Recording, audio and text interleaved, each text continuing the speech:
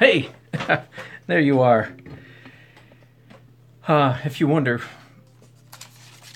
I tell my phone to, yes, go, start broadcasting, and many times it takes 3, 4, 5, 10 minutes before you actually show up. So that's why I'm always mildly surprised when you actually show up. Anyway, here I am. Thanks for watching. I'm down to the last phase of doing a CF Payne. That's Chris Payne, is actually an old acquaintance of mine. I know him, he doesn't know me, but we were in the Dallas Society of Illustrators to get together about 30 years ago. And he's one of the most popular, famous illustrators in America. And I'm trying to do a portrait in his technique. I'm already so anxious to do the second one. Actually, I did one 5 years ago. Never mind. I'm anxious to do another one. Let me show you what I'm doing. It's a portrait of somebody who's worthy of being a hero of mine, Tony Bennett, because he's now 91 years old and still performing and still sounds amazing. That's incredible. Anybody who's a singer, I'm not a singer, but I know singers. Anybody who's a singer has some idea how ridiculous that is. Just how crazy that is that he's still performing at that age and sounds good. Amazing. Anyway, I'm also looking for a black pencil. So I'm down to the last layer. Let me show you what I've done. And if you want to see the previous layers, of course, go to Facebook /Dan the Art Man, or here on my YouTube channel. So after erasing, get this, erasing oil paint with a kneaded eraser. That's Chris's technique. I sprayed the whole thing with lacquer matte. Now, what Chris actually recommends is Retouchable 2 from SureGuard. Anyway, I don't know what that is, but I'm assuming this is a pretty close substitute. This is a substitute from what Chris does. It's called lacquer matte. Smells really bad. Spray it outside always. And it gives, so this now has a lot of tooth. And it's time for me to come in here and do details. And I'm going to do dark details first.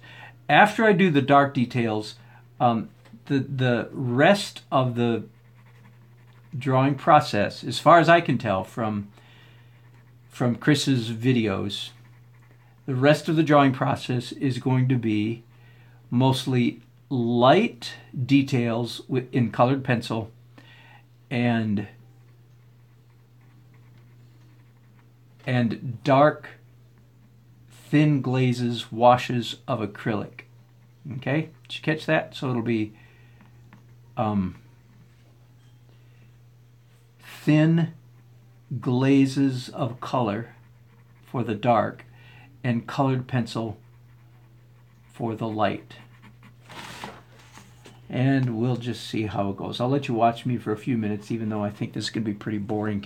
I'll try to zoom in again so you can see a little bit better what I'm doing. I've got the photograph here that I projected. If you missed that part 1, 197, Daily Art Adventure number 197, I talked quite a bit about copyright issues and copyright infringement and copyright safety in my case.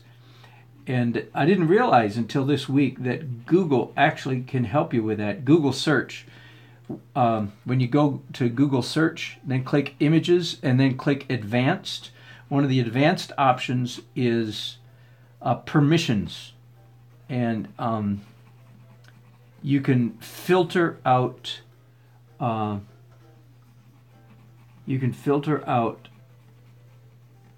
images based on their copyright availability. So even though, do I still have it here? I so much would rather have done this portrait, gorgeous picture of Tony Bennett. This one, I couldn't find the copyright owner, and I'm sure I'd have got the pantsuit off me. But this image right here, for some reason, it looks like the same concert to me. His 90th anniversary, his 90th birthday concert with Lady Gaga and maybe a few other people. But this image, it says it was not copyrighted. Now, again, to help protect myself, these are not his hands, okay? And there's no picture of him that has this face, a bow tie, red kerchief, and these hands. That's I've cobbled together, I've Frankensteined together all these different elements, again, to try to keep myself from getting sued by some zealous photographer. And besides not wanting to get sued, I mean, it's appropriate if a photographer, I can see, for instance, why this image right here is copyrighted, because that is such a beautiful photograph of Tony Bennett that the photographer would say, I can make more money on this one, and the photographer deserves to make money on that one. So let me say, it's not just a matter of not getting sued, it's also a matter of conscience and doing what's right. But this particular face, according to Google, I hope they're right, according to Google, is available. It's not nearly as high resolution as the other one. So that, it's not as good a photograph, but I'm thinking it'll be good enough for my purposes. So once again, I'm doing the painting has a tooth to it because I sprayed it with lacquer mat. Got that? And after I finish the dark lines, I'm going to spend most of my time doing light pencil, light white, light colored pencil, and acrylic glazes. Thin or washes would actually be a better word, because I think he just uses his, again, I think, Chris doesn't ever, as far as I can tell, there's no video out there that really goes into detail about how he does his work. So I've had to try to piece together what he's doing from what he's shared online. So I think his watercolor, his acrylics are applied more like watercolor, very thin with water base, not with a medium. Using water to thin them up, not medium, is what I'm trying to say. Okay, you've probably watched just about as much of this as you want, or maybe way more than you want. Let me do a little bit on his mouth, then I'm going to let you go.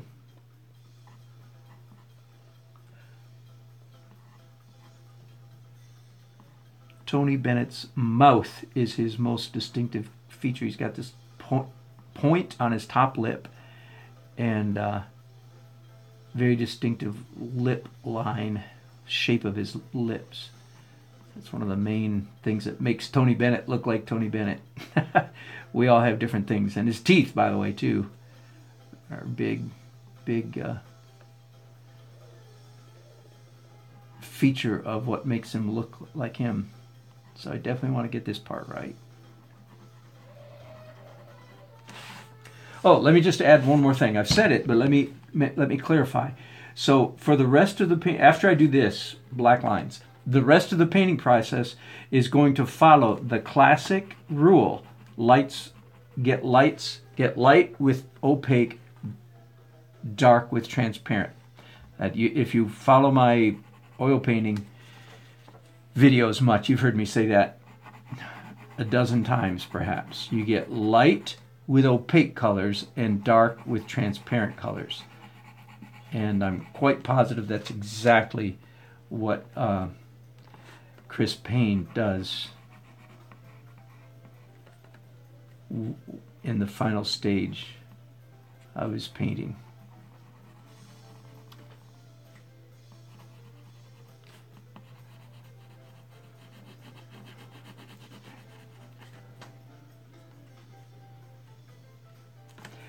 Let me answer, while I'm drawing, let me answer a question that you haven't asked yet, but maybe somebody's asked it out loud. Why are you doing this? They look at me and say, well, if you're mostly an oil painter, well, that would be a mistake for one thing. I'm not mostly an oil painter. If I've been an artist for 50 years, which is pretty close to the truth, I spent 40 of those years being everything but an oil painter. I've only spent the last 12 or 15 years being an oil painter. I've done everything else. So I was an illustrator for years. So, but that's not why I'm doing it. The reason I'm doing it is several fold. One is Chris C.F. Payne. His technique is unique, very unique, and brilliant. Absolutely brilliant technique. I would love to talk to him and say, how on earth? I imagine it was by step by step by step. I'd love to hear the story of how did you stumble on this ridiculous technique. And if you want to see how ridiculous it is, yeah, go back and watch the previous videos. I'd love to hear that story. So his technique deserves to be recorded so that future generations can emulate and copy and learn, take off from him. And he does not have much that I can tell. Forgive me, Chris, if you ever see this. He does not have much instruction on available anywhere. So that's one reason why I want to make it available, is because somebody needs to trumpet Chris Payne's brilliant technique, and if he's not doing it, I'm going to do several. I mean, this is not very good. I expect to do much better on my next try. But that's one of the reasons I want to do it. The other is simply because as an artist, I enjoy variety. I really, really, really enjoy doing different things. This is like fun to me. It's almost like vacation to me. This is just so much fun. And the third reason is Chris's technique is ridiculously fast, ridiculously quick for achieving a highly modeled, and again, this is not a very good example. I've learned a whole bunch of things doing this, and I can't wait to apply it to the next time. But his technique is very fast, and I'd like to have an illustrative portrait technique that is fast, because I plan to do more portraits in this style. Does that make sense? Yeah, I'm sure it does. So I want to do more of these, and I want to do them fast, and more about that later. Okay, let me see. I might be done with all the dark stuff now. Nope, hands. I keep forgetting the hands. And I have 2 copies of the hands. Not that one. Yes, this one.